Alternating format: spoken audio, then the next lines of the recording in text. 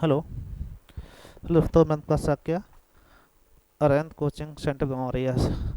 अच्छा, अब लोग ये हम लोग बढ़ा रहे थे इस पे, तो ये थोड़ा प्रावधान आ गया था इसमें कुछ ना कुछ, तो यहाँ तक हो गया था। इसके आगे देखते हैं हम लोग। इसको ध्यान रखिएगा, जब वैसे रियल में आपका ये बनना चाहिए था, ऐसा अगर नहीं हो रहा तो ये वाला हो जाएगा। वो कुछ वीडियो रुक गया था किसी कारणवश। ठीक है, तो उसको हम लोग आगे जारी रख रहे हैं। तो आप लोग देखिए, पूरा वीडियो हो जाएगा, उसमें देख लो। और थोड़ा बहुत इसमें बचा हुआ है, वो पूरा हो जाएगा। ठीक है, चलो अगला देखते हैं।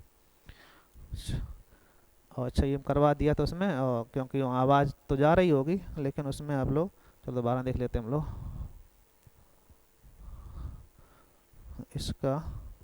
चलो इधर से थे, कहाँ थे हम लोग, ये वाला हो गया था। ठीक है, चलो अगला सूखा बालू चमकीला दिखाई देता है क्योंकि गीले बालू की अपेक्षा। ठीक, तो हमने बताया था कि सूखे बालू में प्रकाश का पूर्ण आंतरिक परावर्तन हो जाता है, ये प्रकाशी भ्रम है। हालांकि बालू का चमकना प्रकाशी भ्रम भ्रम तो है ही, किससे कारण होता है, तो पूर्ण आंतरिक परावर्तन कारण होता है। ये भी गलत है आपका। क्या कहलाए हम लोग, पूर्ण आंतरिक परावर्तन, पूर्ण आंतरिक परावर्तन कारण। ठीक है, इसका पोफड़ होता है, गलत बात। ठीक है, निम्नलिखित में निम्नलिखित में से कैमरा कौन सा भाग मनुष्य की आंख की रेटिना की बात काम करता है। रेटिना के समान आपका फिल्म काम करता है। ठीक है, और ये पूछे कि पुतली के समान कौन काम करता है। कैमरा में लेंस के समान तो आँख के, और कैमरा का लेंस और आँख की पुतली सेम काम करते हैं, अतः ऑप्शन आपका ए सही हो जाता है। ठीक है, तो यहाँ रेटिना की बात कर रहा है, क्या कहलाएगा आपका, फिल्म। ठीक है, चलो अगला देखते हैं। एशिया की विशालतम परावर्तित दूरबीन स्थापित है। तो इसको आप याद कर लिए, कबालूर में स्थित है। कहाँ स्थित है आपके, कबालूर में स्थित है, इसको आपको ध्यान रखना है। ठीक है, कोई दिक्कत। मोटरसाइकिलों की हेडलाइट की चांद को हटाने के लिए, ठीक है, हेडलाइट किसकी बनी होती हैं, तो आप कहेंगे परवलयाकार जो आपकी हेडलाइट बनी होती है, अंदर जो आपकी प्लेट लगी होती हैं, अब वो अवतल दर्पण होती है। कैसी होती है, अवतल दर्पण। और आगे देखेंगे, देखिए कैसी आपको उत्तल दर्पण के समान वो दिखती है। ठीक है, लेकिन आपके उसमें लगे क्या होते हैं, तो अवतल दर्पण लगे होते हैं, इसको ध्यान रखिए आप लोग। ठीक है, ऑप्शन है कि मोटर कारों के हेडलाइट की चौंध को हटाने के लिए क्या करना चाहिए। तो आपको ये ध्यान देना है कि पतली परतों के युक्त करने चाहिए, फिल्टर प्रयुक्त करने चाहिए, पोलराइड का प्रयोग करना चाहिए, कांच के प्रिज्म युक्त किए जाना चाहिए। ठीक है, तो आप देखना कि पोलराइड जो होता है वो चौंध को कम कर देता है। आपने देखा पोलराइड चश्मा आते हैं, पोलराइड जो चश्मा आते हैं उसमें आपको आगे से चमक जो आ रही है वो कम हो जाती है। ठीक है, आप आसानी से चीज़ों को देख सकते हैं जो आपकी चमक रही होती हैं। तो चमक को कम करने के लिए क्या करना चाहिए, पोलराइड युक्त कांच का प्रयोग करना चाहिए। ठीक है, पोलराइड और चश्मे लगा के उसको देखना चाहिए। आप पोलराइड कांच का प्रयोग कर देंगे तो उसकी चमक है वो कम हो जाएगी, लेकिन रोशनी आपकी पर्याप्त बनी रहेगी। ठीक है, अतः ऑप्शन आपका सी सही हो जाएगा। ठीक है, लंबी दूरी के बेतार संचार में प्रयुक्त तरंग कौन से होते हैं बेतार मतलब जैसे हम लोग टीवी चलाते हैं, मोबाइल चलाते हैं, आपकी जो तरंगें आती हैं, ये तरंग कौन कौन से होते हैं, अवरक्त किरणें। अवरक्त किरणें जो होती हैं इनका ऊष्मीमान सबसे अधिक होता है, ऊष्मीमान। हम लोग पढ़ाएंगे आपको आगे अभी, तरंग और सिद्धांत कारणों में बताएंगे। ठीक है, पराबैंगनी तरंगों की भिन्न क्षमता अधिक होती है। ठीक है, रेडियो तरंगें जो होती हैं ये संचार माध्यम प्रयोग करते हैं, संचार माध्यम में इनका प्रयोग किया जाता है। तो ध्यान रखना, रेडियो वेव जो है लंबी दूरी की बेतार, जिसमें तार नहीं जाता है डायरेक्टली, जैसे मोबाइल फ़ोन है आपका, ये टीवी है, इसमें फिंगलर वगैरह आते हैं, किसके आते हैं, रेडियो वेव पे आते हैं। आप कहेंगे रेडियो तरंगों द्वारा इनका संचालन किया जाता है। ठीक है, लैम्बर्ट नियम किससे संबंधित है, ये आपको याद करना पड़ेगा। परावर्तन, व्यतिकरण, अपवर्तन, प्रदीप्त। प्रदीप्त चमक से संबंधित होता है, कौन सा, लैम्बर्ट का नियम, अतः ऑप्शन आपका डी। अपवर्तन संबंधित होता है स्नेल का नियम। ठीक है, स्नेल का नियम, स्नेल को या स्नेल को। ठीक है, व्यतिकरण बताया था, दो किरणों का एक दूसरे से कहीं दो तरंगे आ रही हैं, एक दूसरे कहीं आपस में मिल जाएं तो चमक उत्पन्न कर देते हैं, व्यतिकरण होता है। सावन के बुलबुला वगैरह, सावन में जब झाग उत्पन्न होता है तो सावन का बुलबुले में रंग दिखाई देना क्या कहलाएगा, वो व्यतिकरण कहलाएगा। और व्यतिकरण किस कारण होता है, दो तरंगों के मिलने से होता है। ठीक है, चलो, सिग्नल के लिए लाल बत्ती का प्रयोग किया जाता है क्योंकि इसका दीर्घ तरंग दैर्घ्य होती है, इसमें उच्च तीव्रता होती है, इसमें उच्च आवृत्ति होती है, इस माध्यम में निम्न प्रकीर्णन होता है। ठीक है, क्या कहेंगे हम लोग, इसकी जो प्रकीर्णन होता है उससे कम होता है, प्रकीर्णन कम होता है, इसलिए दूर से दिखाई देती है, दूर से दिखती है। क्यों दिखती है, क्योंकि प्रकीर्णन कम होता है, अतः ऑप्शन आपका सही से क्या हो जाएगा, डी ऑप्शन। मुख्य कारण क्या है, प्रकीर्णन, प्रकीर्णन का कम होना। ठीक है, चलो आगे देखते हैं हम लोग। सूर्य की किरणें किस प्रक्रिया द्वारा पृथ्वी तक पहुंचते हैं, इंपॉर्टेंट है। ऊष्मा संचरण की तीन विधियां आपकी हैं, एक आपका चालन, संवहन और एक चालन है आपकी, एक संवहन है, एक आपकी विकिरण। ये इन दोनों विधियों में माध्यम चाहिए, विकिरण के लिए माध्यम की आवश्यकता नहीं होती। चालन मुख्यतः ठोसों में होता है, संवहन गैसों में होता है, और विकिरण आपका वैद्युत चुंबकीय तरंग, वैद्युत चुंबकीय तरंगों में होता है। ठीक है, तो संवहन जब निर्वात में कोई प्रकाश कण चलेगी या कोई कण चलेगा तो उसमें मुख्यतः कौन सी विधि होगी, विकिरण विधि द्वारा, चुंबकीय वैद्युत चुंबकीय तरंग द्वारा। ठीक है, तो आप ये गैसों में, ठीक है, ठोसों में।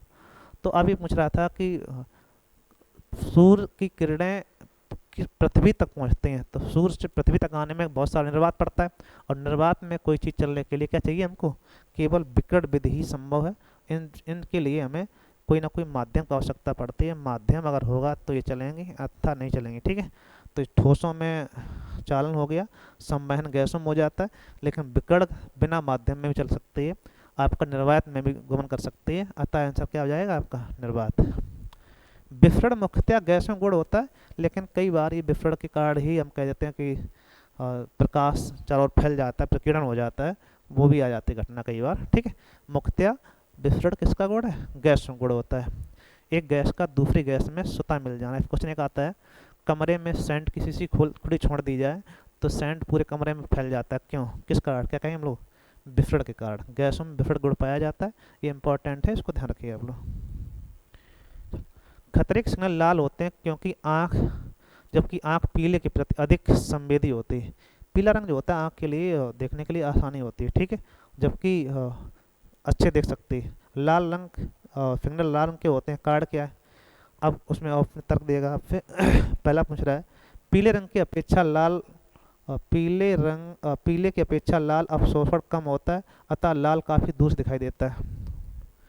लाल रंग की अपेक्षा पीले रंग के प्रकीर्णन कम होता है, लाल रंग की अपेक्षा पीले रंग का प्रकीर्णन कम होता है।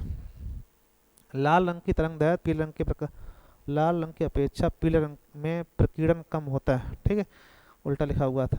लाल प्रकाश की तरंगदैर्घ्य पीले प्रकाश तरंगदैर्घ्य से अधिक होती है, तो लाल रंग की तरंगदैर्घ्य अधिक होती है, बात सही है, लेकिन रियल क्या है, पीले रंग की अपेक्षा लाल में अवशोषण कम होता है, लाल में अवशोषण कम होता है, अतः लाल रंग काफ़ी दूर दिखता है, यही आपका सही हो जाएगा। ठीक है, क्योंकि यहाँ पे उल्टा लिखा हुआ है। ठीक है, पीले रंग की अपेक्षा प्रकाश प्रकीर्णन कम होता है, जबकि लाल रंग का प्रकीर्णन कम होता है, पीले की प्रकीर्णन ज़्यादा हो जाता है। ठीक है, लाल रंग की तरंगदैर्घ्य पीले की अपेक्षा अधिक होती है, तरंगदैर्घ्य अधिक होती है, इसका मतलब ये नहीं कि वो दूर दिख रहा होगा। ठीक है, उसकी चाल अधिक बढ़ जाएगी, अलग बात है। तो प्रकीर्णन सबसे अधिक किसका होता है, वो आपका बैगनी हो जाता है, लेकिन सबसे कम किसका होता है, लाल। यहाँ उल्टा लिखा हुआ है इसलिए गलत हो गया आपका। और लाल रंग की प्रकाश तरंगदैर्घ्य पीले से अधिक होती है, हालांकि ये बात सही है, लेकिन इसका प्रभाव इस पर नहीं है, अतः ऑप्शन ए सही रहेगा। पीले रंग की अपेक्षा लाल रंग का अवशोषण कम होता है, अतः लाल रंग दूर ही दिखाई देता है, मतलब प्रकीर्णन कम होगा तो दूर से दिखाई देगा, अतः ऑप्शन आपका ए सही हो जाएगा। ठीक है भाई। निम्नलिखित में से अनुपूरक रंग कौन से है। अब यहाँ से हम लोगों ने पढ़ाए थे कि अनुपूरक रंग की जब चर्चा आती है तो ये रंग आपको ध्यान रखना है कि लाल, हरा और नीला। तो लाल हरा मिलता है तो बनता है पीला, क्या बनता है आपका, पीला। ठीक है, क्या बनेगा आपका, पीला। हरा नीला मिलेगा तो पीकॉक नीला, पीकॉक नीला। और लाल और नीला मिलेगा तो बनेगा मैजेंटा। तो मैजेंटा, पीकॉक नीला, पीला, ये सेकेंडरी रंग होते हैं, अनुपूरक रंग कह देते हैं हम लोग। तो यही आपका इसमें पूछा जा रहा है, तो पीला हो जाएगा, मैजेंटा हो जाएगा। ठीक है, पीला और मैजेंटा, और इसमें हरा तो आपका आएगा नहीं, क्या कहते हैं, हरा और मैजेंटा, गलत बात। इसमें मैजेंटा और पीला होना चाहिए, मैजेंटा और नीला दे रहा है, नीला भी नहीं आएगा आपका। नीला और पीला आएगा, ये भी नहीं आएगा, नीला और पीला। अब पीला और हरा, पीला और हरा। अच्छा ये पूछ रहा है कि अनुपूरक रंग कौन है, एक फिर दूसरा कौन सा बनेगा जाके, मैजेंटा व नीला, हरा व मैजेंटा। हरा के साथ में मैजेंटा के जब मिलेगा तो यहाँ सफ़ेद बनेगा जाके, ठीक है। पीकॉक नीला के साथ लाल मिलेगा तो सफ़ेद बन जाएगा, नीले के साथ पीला मिलेगा तो सफ़ेद बन जाएगा। तो नीला के साथ पीला मिलेगा तो सफ़ेद बनेगा जाके, तो अनुपूरक रंग आपका यही हो जाएगा। में नीला के साथ पीला मिलाइएगा तो सफ़ेद बन जाएगा। पूरक होता, पूरक के साथ में अनुपूरक दूसरे के अनुपूरक हो गए, ठीक है। सेकेंडरी रंग पूछे तो इनको आप कह देते हैं, ठीक है। तो अतः ऑप्शन आपका ए सही हो गया। सौर विकिरण निम्न में से किस परास में दिखती है, ये इंपॉर्टेंट, इसको आप ध्यान रखिएगा। सौर परास किस में दिखती है, तो 400 से लेके 700 एनएम, देखना ये एनएम होती है, इसको आपको याद करना पड़ेगा। सौर विकिरण जो होता है परास 400 से लेके 700 एनएम तक की अगर सौर विकिरण है तो आपको वो दिखेगी, ठीक है। वैसे 3900 अंगस्ट्राम से लेके 7800 अंगस्ट्राम के बीच की अगर जो तरंग दैर्घ्य है तो प्रकाश किरण आपको दिखाई देती है, ठीक है। कोई दिक्कत है, हाँ करो, ठीक है भाई। चलो अगला देखते हैं। प्रकाश तनु प्रकाशीय संचार के संकेत किस रूप में प्रवाहित होते हैं, प्रकाश तरंग, रेडियो तरंग, सूक्ष्म तरंग, विद्युत तरंग। तो हमने बताया था जो प्रकाश तरंग होता है एक स्थान से दूसरे स्थान प्रकाश को ले जाने के लिए बनाया जाता है। इसमें हमने कहा था इस अंदर साइड चमकदार होता है तो प्रकाश ऐसे होके जाता रहता है, ठीक है, इधर उधर टकरा के पहुंचता जहाँ ले जाना होता है। तो इसमें केवल प्रकाश तरंग होती है, बाकी इसमें कोई खास नहीं होता है, प्रकाश को ही भेजा जाता है, ठीक है। तो प्रकाश तनु प्रकाश को भेजने के लिए होता है और ये आपका पूर्ण आंतरिक परावर्तन के सिद्धांत पर कार्य करता है, ये बात आपको ध्यान रखना है। जब धूप वर्षा की बूंदों पर गिरती है तो इंद्रधनुष बनता है, इसके लिए निम्नलिखित में से कौन सी भौतिक घटनाएं जिम्मेवार है, ठीक है। परिक्षेपण मतलब बल विक्षेपण, ठीक। अपवर्तन बिल्कुल सही बात। पूर्ण आंतरिक परावर्तन ये भी सही बात।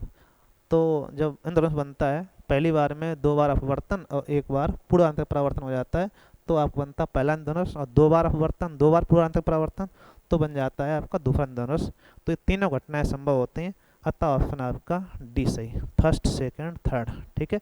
बड़ विक्षेपण भी चाहिए, प्रक्षेपण भी बोलते हैं हम लोग, अपवर्तन भी चाहिए और पूर्ण आंतरिक परावर्तन भी चाहिए, ठीक है भाई। चलो, खगोलीय दूरदर्शी से बना प्रतिबिंब होता है काल्पनिक छोटा, जो दूरदर्शी देखते हैं हम लोग उसमें चित्र बड़ा बनता है और काल्पनिक बनता है, ठीक है। काल्पनिक और बड़ा, ठीक है, काल्पनिक और बड़ा। और ध्यान रखना है कि जब चित्र उल्टा होगा तो वास्तविक होगा, सीधा होगा तो काल्पनिक होगा, ठीक है। तो काल्पनिक बड़ा और सीधा चित्र बनता है किसमें, आपका खगोलीय दूरदर्शी में। बहुत छोटी चीज़ दूर से वस्तुओं को देखने के लिए इसका प्रयोग किया जाता है। आप लोग देखिएगा, लाइक शेयर करिएगा, सभी क्वेश्चन इंपॉर्टेंट थे। Thank you.